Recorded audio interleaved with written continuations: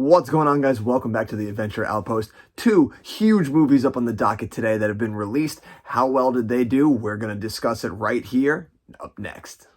But quickly, before we dive into all that good, juicy box office stuff, if you could, hit that subscribe button, hit that like button, let it rip down in the comments. Let me know if you saw either of these new movies this weekend and what you thought out of them. And now we are going to dive into all of that good box office goodness. It was a huge weekend. We had two major movies dropping, a really good romantic comedy and a really good horror movie dropped. And we're going to take a look right here at our top 10 domestic box office for the weekend and see just where they ended up for this box office weekend of September 30th to October 2nd. It was a pretty good, the best thing that you could say about the box office is that we are still on that upwards trajectory from week to week. This weekend, the top 10 domestic movies ended up pulling in around together $56 million, which bumps us up over last week by about 1.4%. And anytime we can keep that uptick going, baby, it is only good news for us here at the box office. Hopefully that trend continues for the next few weeks of October. But now we're going to dive in and we're going to take a look at just what hit in the top 10 and where everything landed. We're going to take a look right now. Bring up the charts. And the big, huge, stellar movie for the weekend has to be Smile, debuting at number one with $22 million off of a $17 million budget. Obviously, that does not factor into all of the marketing costs and all the stuff that this movie did to get it out into the world to let people know to go see this movie. This movie had a stellar marketing campaign. I don't know if anybody watched any of the baseball games where you saw the marketing where they had people standing behind home plate giving the smile creepy face to the cameras that saw everything in the background. That is an absolute genius marketing technique, and it paid off because this movie opened up big. 22 million is very good for a horror movie, especially a movie here that is not based off of any IP. It's from a first-time untested director. Doesn't really have any big name actors in it. This is a huge win. I saw the movie this past weekend. I got to see it in a sold out show over the weekend, and it was bangarang. I enjoyed the hell out of the movie. It was a fun, scary, unsettling horror movie, made all the more better by that communal experience of everybody experiencing some jump scares and some good October thrills together. So that is a huge win for you, Smile. I had been super excited for this movie to come out. The trailers had gotten me. The marketing was great. It had everything together to just make a great movie for me, and I'm glad that it was able to stick that landing, and I'm glad that it opened up strong here. That is a huge win for Smile. We salute you. Coming in at number two here is Don't Worry Darling in its second week, dropping a ridiculously horrible 62.3%. Never great when you're dropping week to week over that, especially when you're coming off of your debut week. I mean, good that it was able to hold on strong and take second place, but a 62% drop is not where you want to be week to week.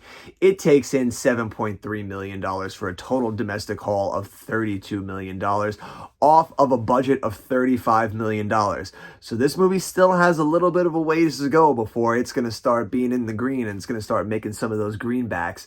And dropping 62% from week one to week two is not nearly the kind of trajectory for legs that you want to see a movie have, especially when this movie still has a little bit of ways to go to make its budget back. Let's hope that going into week three, it's able to retain a little bit more and not drop off as much and able to keep adding on to that total to bring that domestic haul up. But right now, not so great of a performance for Don't Worry Darling. It's kind of interesting because when you go to my theater and you see Don't Worry Darling was a big movie this weekend at my theater along with Smile. Smile was selling out like crazy. Don't Worry Darling was doing pretty well also. It was definitely bringing in large amounts of people. But it still goes to show that even with those people from just my theater, and I don't know how many other ones though, still has a really huge drop off. So that's always an interesting thing to see. Hopefully it's able to start making some green for them there at the studio, but doesn't look like it's going to be the big budget movie that Warner Brothers was hoping for. You know, they were hedging their bets on this and Black Adam, so they better hope Black Adam really brings the heat to hope and make up some of this loss that they might suffer here from Don't Worry Darling. Coming in at number three in its third week, The Woman King still hanging strong in the top five. I'm glad to see it. In week three, it's dropping only 36.4%, taking in just about $7 million for its total domestic haul of $46 million off of a $50 million budget. So this movie is very much like Don't Worry Darling. It still has a bit of a ways to go if it's going to start getting into the green. It's going to start making greenbacks. I actually just recently got to see this movie this past week. This is another movie I really enjoyed. Obviously very heavily fictionalized. But that didn't stop me from enjoying the movie any less. Pretty much all I wanted from this movie was Viola Davis kicking ass, and they gave me that in spades. So it was a totally enjoyable movie for me. This was one of the few movies that I thought would have been better served as an R-rated movie. I think it needed a lot more bloodshed to really make those battle scenes pop. But small little nitpick for me there because I still heavily enjoyed this movie. But this one, much like Don't Worry Darling, needs to remain in the top 5 over the next coming weeks and needs to keep adding on its totals if it's going to start making some money back. Going to be tough to do in the next few weeks. We've got Halloween Ends coming out soon. We've got Black Adam coming out soon. This is going to be a tough and a very interesting next few weeks to see how these movies start earning their money and seeing if they can get up into that green area where they're starting to make money. Coming in at number 4, tough to see it. Don't ever really want to be opening here, especially when you take a look at the budget that this movie cost. But debuting in 4th place is the new romantic comedy Bros, taking in $4.8 million off of a $22 million budget. Not a great opening weekend. You want to be somewhere in the smile range. $4.8 million off of a $22 million budget, and that's discounting all the marketing and everything that they put out there. And I'm sure they spent a pretty penny on marketing because this trailer was on everything. I saw it every time I went to the movies. It was on something. It was all over the place. You just saw billboards, posters, all this stuff. So I'm sure they spent a pretty penny alone on marketing.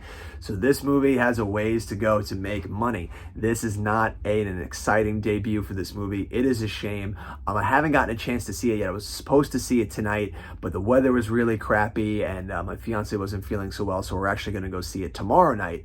But I was super excited for this movie. I still am super excited for this movie. Obviously, money's not everything. It really does not reflect how a movie is compared to how a movie does well box office wise. But I'm still excited to see this movie. But that is definitely not something that they want to see for the weekend opening with 4.8. Can't even beat The Woman King or Don't Worry Darling to take second. Not a great spot for them in number 4. But hopefully they're able to retain week to week. Maybe they're able to drudge up something. They get some good word of mouth in the next few weeks. It's able to be counter programming to all of the horror movies that are coming out, and they'll be able to hopefully make a bit more of their budget back. If not make their budget back, at least make their Ledger in Red tinier and tinier. Hopefully they're able to pull that out. I think this is an issue of this movie was released at the wrong time. I don't know if this was the time to release a romantic comedy like this, especially with just right now, everyone's in the spooky season. Everyone's ready to start getting into horror movies. Horror movies are reigning strong, as you can see right now. This movie, I think, would have been better served probably towards the end of July, August. I think this would have been better served as a summer movie. Because you look at Bullet Train that had nothing in the weeks prior. I think Bros would have also done pretty well if you had released it right at the beginning of August and let it run through August and September. I think you might have seen a better box office total there. Obviously, that's just speculation. We don't know if that's true or not. You could have released it anywhere and it might still have done this, but I just think the timing did not work well for it. But hopefully it's able to retain week to week. We'll see how it goes in the weeks to come.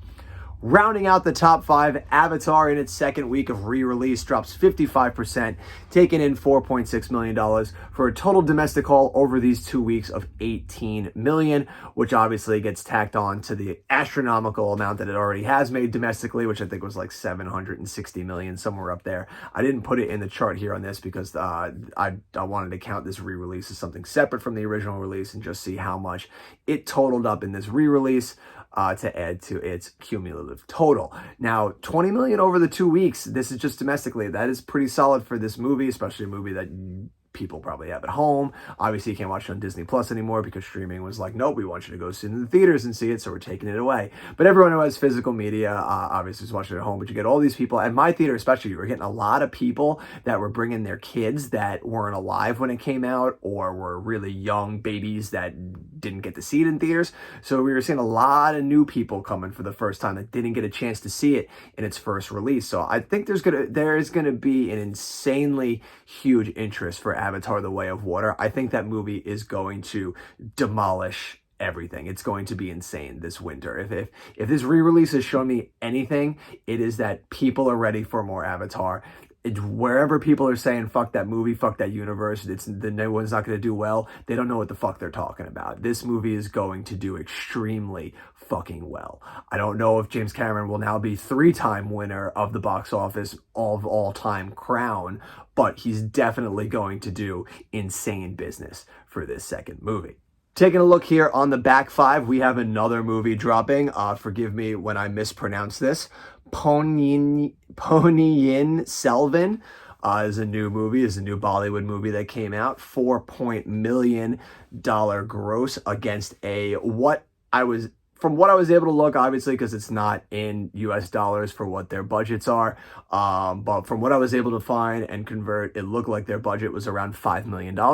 So this is pretty good for them. I don't know what they did over in India and in other markets, but over here in the coast domestically, it pulled in $4 million, which pretty solid. If this is a $5 million budget, I'm sure this movie is going to start making back its money. It has been a great year in 2022 for Bollywood movies. They have really just taken off, I feel like, critically, and with the people here. Like, everyone is down for Bollywood. Like, I remember when RRR came out and we got it at my theater and nobody was talking about it, and we all like went and watched it and were like, this movie is fucking great, like people need to be talking about this movie.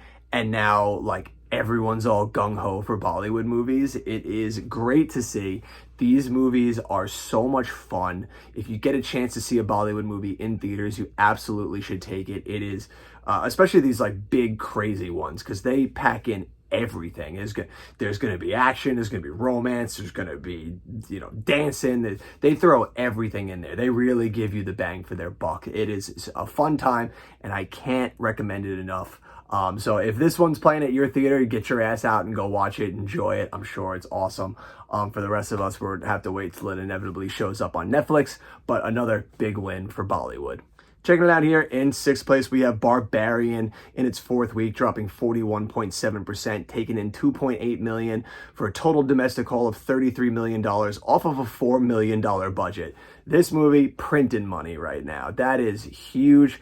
$33 million off of a $4 million budget. That is a big win for them. I didn't even realize either that the director of this movie was the kid from The Whitest Kids You Know, like skit group, which is amazing to me. I love that. You just got a comedian guy who all of a sudden just out of nowhere breaks out and busts out this great horror movie. This is a phenomenal horror movie, doing extremely well right now. Everybody's loving it. 'Tis the season right now, and Smile and Barbarian are leading the pack for just great October and Halloween spooky thrills. Coming up right after that, in 8th place, we've got The Bullet Train in its 9th week, dropping 22.8%, taking in $1.4 million for a total domestic haul of $101 million off of a $90 million budget. Bullet Train, you finally did it, baby. It took you 9 weeks, but you finally did it. Domestically, you are joining the legion of the blockbuster status. We're going to talk more about the blockbuster status later, but welcome to the club, Bullet Train. $101 million. Glad to have you aboard. We salute you breaking over that threshold. Welcome to the $100 million league. And then taking a look here in 9th place, we've got DC League of Super Pets in its 10th week, dropping 25%, taking in $1.3 million for a total domestic haul of $91 million off of a $90 million budget. Not terrible. Obviously, we got to see how it did worldwide. I didn't really look at what its international numbers are because it's tough to find the international numbers. You can only really find worldwide. I didn't look at worldwide either because I only look at the top 10 for worldwide. So obviously, I think DC Super Pets probably printed money at this point, especially if you take a look at whatever its international total is to look at its worldwide. I'm sure it's doing well in that regard. So it's certainly not a box office bomb, but it's definitely not as great as they were expecting. I'm sure they were hoping domestically here that it was going to cruise over 100 million and follow in the likes of Minions and Lightyear and The Bad Guys and whatever other movies that got really well reception here in the States. This totally not the case. 91, not terrible. It got close. It's pretty much ending up right around where I said. It's going to be interesting in the next few weeks. I think this is probably the last week for DC Super Pets in the top 10, so I don't know if this is going to be getting any higher, especially it's about to come out on physical media. I'm sure it's already out on digital, so I think this is about going to be where DC League of Super Pets is going to bow out here on the charts, which is right around where I said it was probably going to end up. And rounding us out here on the top 10, the lowest that this movie has ever been in the top 10 right now, staying in at just barely staying in the top 10. We have Top Gun Maverick in its 19th week of release. Mother of fucking God. It drops 23.9%, taking in $1.2 million for a total domestic haul of $713 million off of a $170 million budget. There's really nothing to talk about with Top Gun that we haven't talked about ad nauseum at this point. It's been out for 19 weeks. It has crushed every fucking record. It's still clinging on into the top 10. Like, it's absolutely insane. We've changed seasons, and this movie is still in the top 10. It is mind-boggling. It will be interesting to see next week's box office to see if it's finally knocked out of the top 10 for once, or if it finds a way to still cling into this top 10. I think it honestly might still cling in, because I could see us like DC Super Pets dropping off next week, but Top Gun still holding firm and us still watching it show up here in the top 10. I wouldn't put it past the old dog. This bastard ain't never gonna die. He's just gonna ride off into the sunset all the way until January. He ain't going nowhere. Now we quickly take a look at our top 10 worldwide. Once again, it doesn't change week over week, but we're adding totals. We'll quickly take a look at it and just see where everything stands. If we look over here at the chart, Top Gun's still at number one with $1.476 billion. Jurassic World Dominion, we talked about it last week, showing that the numbers then didn't totally league up to 1 billion, even though Bryce Dallas Howard was reporting it on Instagram. They were reporting that it hit it. And now here we are this weekend. We have the official number. It finally did it. Just broke over $1 billion for $1,849,000. Jurassic World, welcome to the club. You are only the third movie post-pandemic to gross over $1 billion. That is huge. Always great when we can pull stuff off like that, and we can see that this box office is healing and we are slowly getting our ways back to where we were pre-pandemic. Jurassic World Dominion, welcome to the $1 billion club. We salute you. Coming in right up after that, we got Doctor Strange in the Multiverse of Madness with $955, no change there. Minions Rise of Gru slowly cruising up onto Doctor Strange with $924. The Batman holding strong at $770. Thor Love and Thunder right behind it. Could it breach the gap? It's got 10 million more to do. It's holding at 760 right now. I don't know if it has it, considering all the movies. I have the movie now. You can own it. Everyone can own it. So I don't know. I don't know if it's got that last 10 million in it, but we'll keep checking it. Watergate Bridge with 626, Moon Man 451, Fantastic Beasts at 405, and Sonic the Hedgehog still clinging strong at 401. We also take a look very quickly here at our domestic. Same thing as the worldwide, no change, but we have been adding our tallies onto there. Let's take a look. Top Gun in number one with 713. Doctor Strange right behind it with no change at 411. Jurassic World Dominion at 376. The Batman at 369. Minions Rise of Gru right behind that with 366 million. Thor Love and Thunder with 343 million. Sonic the Hedgehog 2 at 190. Elvis at 150, Uncharted at 148, and Nope clinging on in the 10th spot with $123 million. Now, before we quickly take a look at our highest worldwide and see how close Top Gun is to getting that 10th spot, we like to take a look at our gone but not forgotten fallen heroes that have fallen out of the top 10 and are now cruising their way towards their physical media and digital releases because they are no longer kings of the box office. And this week we have 3 titles that have fallen out of the top 10. Let's take a look at the chart. We've got See How They Run that bows out after 2 weeks on the chart.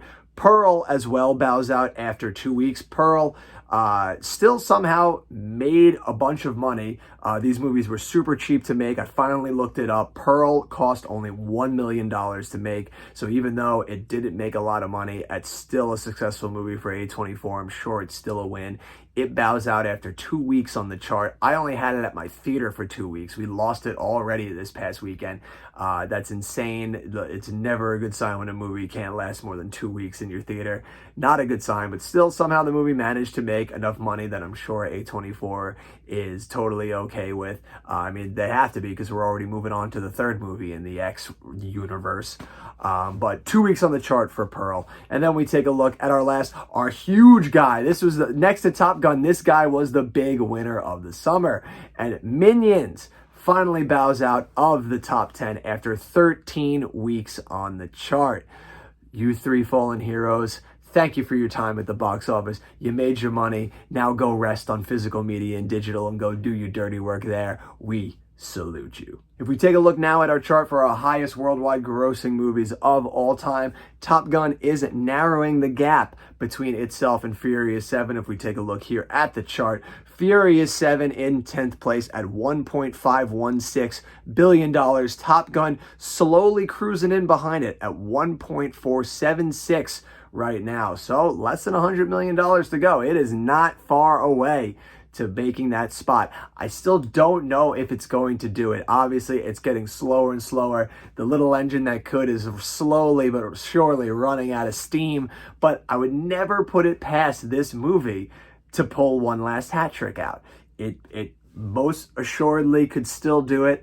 I don't think it's going to, but who the fuck knows? At this point, it's anyone's game. We're obviously going to keep until Top Gun is out of the top 10, until Top Gun is out of cinemas.